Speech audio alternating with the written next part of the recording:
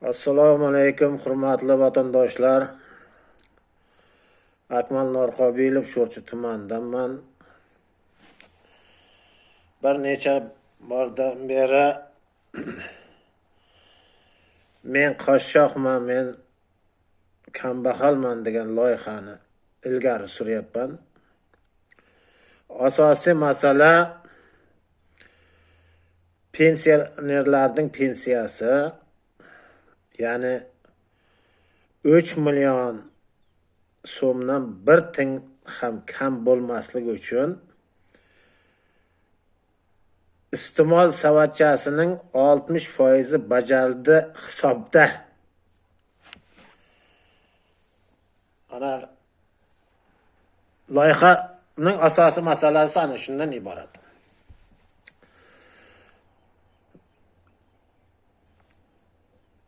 Pensiya jamg'armasining ijrochi etuvchi direktoriga ismi familiyasi bilan aytib chiqqanman. Hozir senatga chiqdim. Gapiryapman.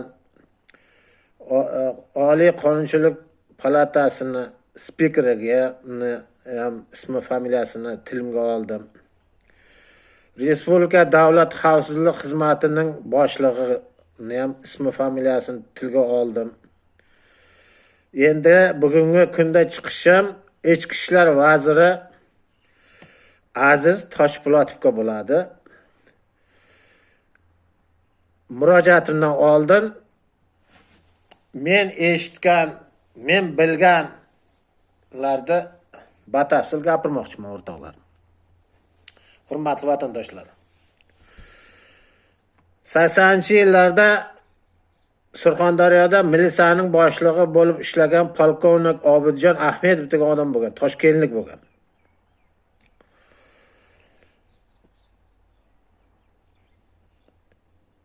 Bir qishloqda 25-may kuni ikkita yosh bola bir-biriga 16lik kalibrda miltiqni otgan bir-biriga. Reng uyushtirgan. Rengda uyushtirishda sababi nima desangiz, ikki bola bir sinfda o'qigan, qo'shni bo'lgan. Ikkalasini ham otasi cho'pon bo'lgan. Cho'pon bo'lgan. Kolxozda molni, qo'yini boqqan. Ikkalasini cho'ponni uyida ikkalasida ham miltiq bo'lgan. 16 kalibrli miltiq bo'lgan, u ruxsat berilgan bo'lgan. Ikki yosh bola o'sha 10-sinfni bitirgan kuni 25-may kuni bir sindosh qizni ikkalasi yaxshi ko'rib qoladi. Shuni ustida bular tortishadi-da, "Ke" deydi, "Mushlashmaylik" deydi, "Bir-birimizni otamiz" deydi. Kim tirik qolsa qiz deydi, shunga qoladi deydi. Yoshda endi keyin miltiqni olib chiqadi-da, uyidan olib chiqadi-dagin sanaydi. 5 metr darvozadan chiqib 5 metr sanaydi, bir-biriga qaratib miltiqni otadi. Endi ikkalasi ham odam o'ldirish uchun otmaydi, bir-birini qo'rqitish uchun otgan. Bu vahima bo'lib ketadi. Vahima bo'lib ketadi. Keyin voqea joyiga obil nachalnik militsiya Obidjon aka Ahmedov ham keladi. Keladi-da aytadiki, voqea tafsilotidan gapiringlar deydi. Voqea tafsiloti hozir aytgan voqea bo'ladi. Keyin dedi, shu davrda ishlagan oper odam guring beryapti. Yosh yigit edim deydi. Akmalboy uka deydi. Obil prokuror ham keldi deydi. Umarqul aka Usmonov degan odam deydi, Samarqandlik deydi. Keldi-da, kelgandan deydi, voqea tafsilotini eshitdi-da deydi. Deydi, ikki cho'pon ham kelib qoldi deydi. Ikki cho'pon ham keldi deydi, ikki cho'pon ham keldi deydi, otasi deydi. Keyin deydi, ikki cho'pon keldi-da deydi, obil prokuror bilan deydi, obil nachalnik militsiyaga deydi, keldi. Bolalar endi yoshlik qilibdi, juvormak bo'lib ketmasin deb aytdi deydi. Obul prokuror turibdi deydi, obul nachalnik militsiya turibdi deydi, rayonda prokuror bilan rayonda nachalnik militsiyasi ham turibdi deydi. Oper gruppa turibdi deydi. Shunda deydi Obidjon Ahmed Umarqul aka Usmonov obul prokuror nachalnik militsiyaga, obul nachalnik militsiya Obidjon Ahmedovga qaratdi. Ko'zini deydi shu deydi bunday qildida deydi, ko'zini deydi bir qisqan kishi bo'ldi deydi. G'ayrat qilingizlar deb deydi, ketdi deydi. Bir narsa demadi deydi, topshiriq ham bermadi. Faqat deydi men qarab turgan joyim deydi, ko'zini imlosi bilan deydi yopti qildigan ma'noni bildirib ketdi deydi. Keyin deydi Obidjon Ahmedov deydi nachalnik militsiyani chaqirdi deydi, rayonni deydi nachalnik militsiyani chaqirdi deydi. Aytdi deydi. Bir hafta oldinga miltiqlarda tekshirish uchun olingan ro'yxatga jurnalga kiritib qo'ydi deydi. Bir hafta oldinga dedi. Tafsilotlarni xalqqa tushuntiringlar dedi. Ketdi deydi. Keyin nachalnik militsiya rayon prokurori ham ketdi deydi. Obul prokuror ketganda deydi, rayon prokurori ham ketdi deydi. Nachalnik militsiya uchastkavoy chaqirdi deydi. Ko'rganimiz yo'q, eshitganimiz yo'q.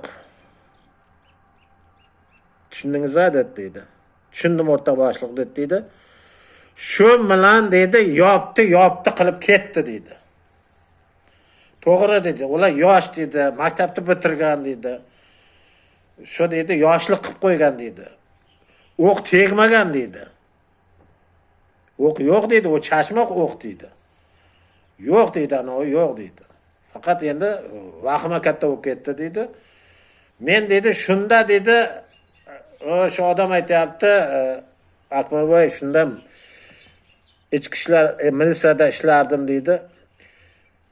Keyin deydi ishonasizmi yo'qmi deydi, butun Surxondaryoda deydi militsiya xodimlarining ichida deydi shunday gap tarqaldi deydi.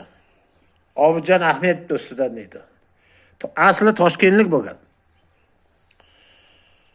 Saxiy inson, mard inson degan gap deydi tarqaldi deydi.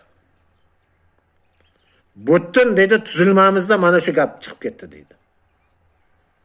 Ko'rdingizmi deydi, qanday nachalnik militsiyalar qanday bo'lgan? Obul prokuror ham deydi, Umarqul Usmonov ham zo'r odam edi deydi. Shunday ko'zini yumdi deydi, xayrlashib ketdi deydi. Bu degani deydi, doshini chiqartirma degani. Juvormak qilmadi, qamalmadi deydi. Ikki bola ham qamalmadi. Umuman yopilib ketdi deydi. Bilasizmi deydi, doshi ham chiqmay ketdi deydi. Hozirchi endi hurmatli Aziz Toshpo'latov ichki ishlar vaziri. Hozir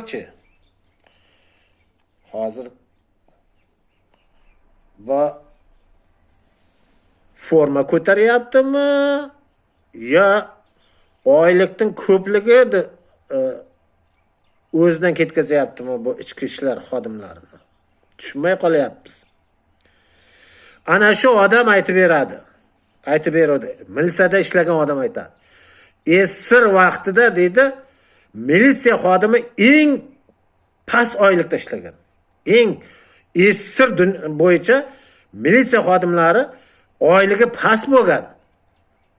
Hurmatli O'zbekiston ichki ishlar vaziri Aziz Toshpo'latov, ko'ryapsizmi? Militsiya xodimlari eng past oylikda ishlagan. Oyligi past bo'lgan.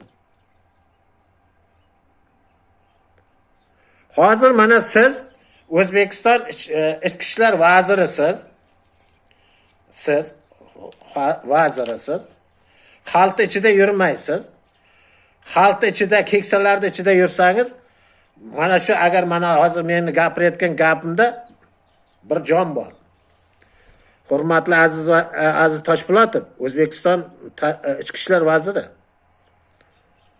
Bir savol bo'ladi, hali murojaatim ham bo'ladi. oylikning ko'pligi ko'taryaptimi? Ichki ishlar xodimini nima ko'taryapti o'zi? Ya forma ko'taryaptimi? Tushunmay qolyapman. Bundan o'zingiz xulosa chiqarasiz degan fikrdaman. O'zingiz fikr bildirasiz degan fikrdaman. Endi O'zbekiston Respublikasining Ichki ishlar vaziri Aziz Toshpo'latovga murojaatim bo'ladi. Hurmatli Aziz Toshpo'latov, ichki ishlar tuzilmasida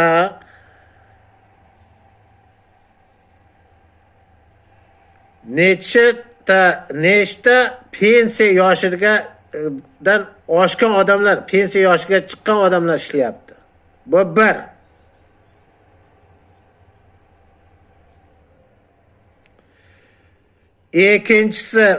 Ikkinchisi ana shu pensiya yoshiga kirgan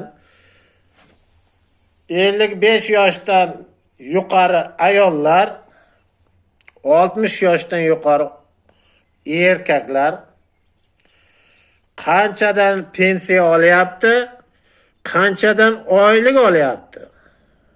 Bu ikki.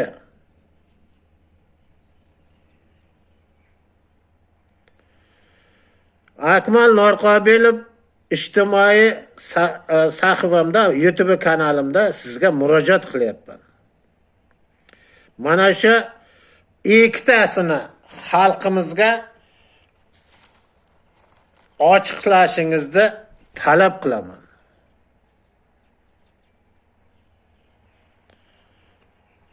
Bu juda kerakli narsa. Bugun siz chiqarmasangiz ham ertaga baribir chiqadi. Baribir uni ko'ramiz. Ko'taraylikchi. Ko'ramiz, so'raymiz, talab qilamiz. Men O'zbekistonlikman. Men kabi 38 million xalq ham O'zbekistonlik. Siz menga mana shu, menga emas 38 million xalqqa mana shuni matbuot kotibingiz orqalimi kim bo'lsa ham ochiqlangchi, nechta pensioner ishlayapti o ichki ishlarda? O'zlika Aziz Toshpo'latov, hurmatli ichki ishlar vaziri, tuzilmangizda bor-ku, shu tuzilmaning rahbarisiz, shu tuzilmani o'zi 30% ga qisqartirib tashlash kerak. Soni ko'payib ketdi. Xalqni nafratiga uchrayapti. Hali bilmayman, ana Furqat tumanidagi maktab direktoriga bo'lgan munosabat qanday bo'ladi? Sud yakunlarini ko'ramiz uni. Ko'ryapmiz. Nechta 10 tami, 11 tami, nechtadir militsiya nachalnik boshlig'i bilan dedi. Hali sudning natijasini ko'ramiz. Uni ekspertiza, xalqni o'zi ham ekspertiza qilib tashlayveradi. Aziz Toshpo'latov, O'zbekiston ichki ishlar vaziri, xalq har bir narsani sinchiklab boryapti.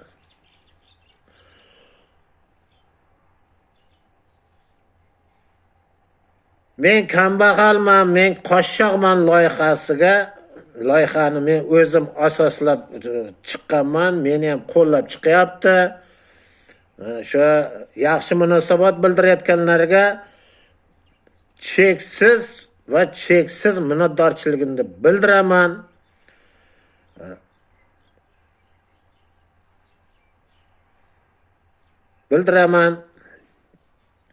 Yurtimizga tinchlik, osoyishtalikni bersin.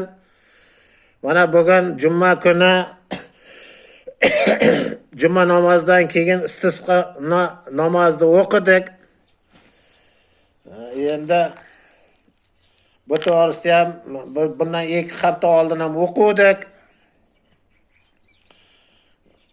İlk haftada bu natija Xudoy taolo yomg'ir ham bermadi, qor ham bermadi. Bugungi jumada ikkinchi bor Allohdan so'rayapmiz. Endi tilam qichib ketyapti dagin. Allah sabrimizni bersin. Hurmatli vatandoshlar, yaxshi uzoq yozayotganlarga, munosabat bildirayotganlarga o'zimni minnatdorchiligimni bildirib qo'ydim. Har qanday sharoitda ham yurtimizga Allohim tinchlikni nasib aylasin. Yuzimizni yorug' qilsin. E'tiborlaringiz uchun rahmat.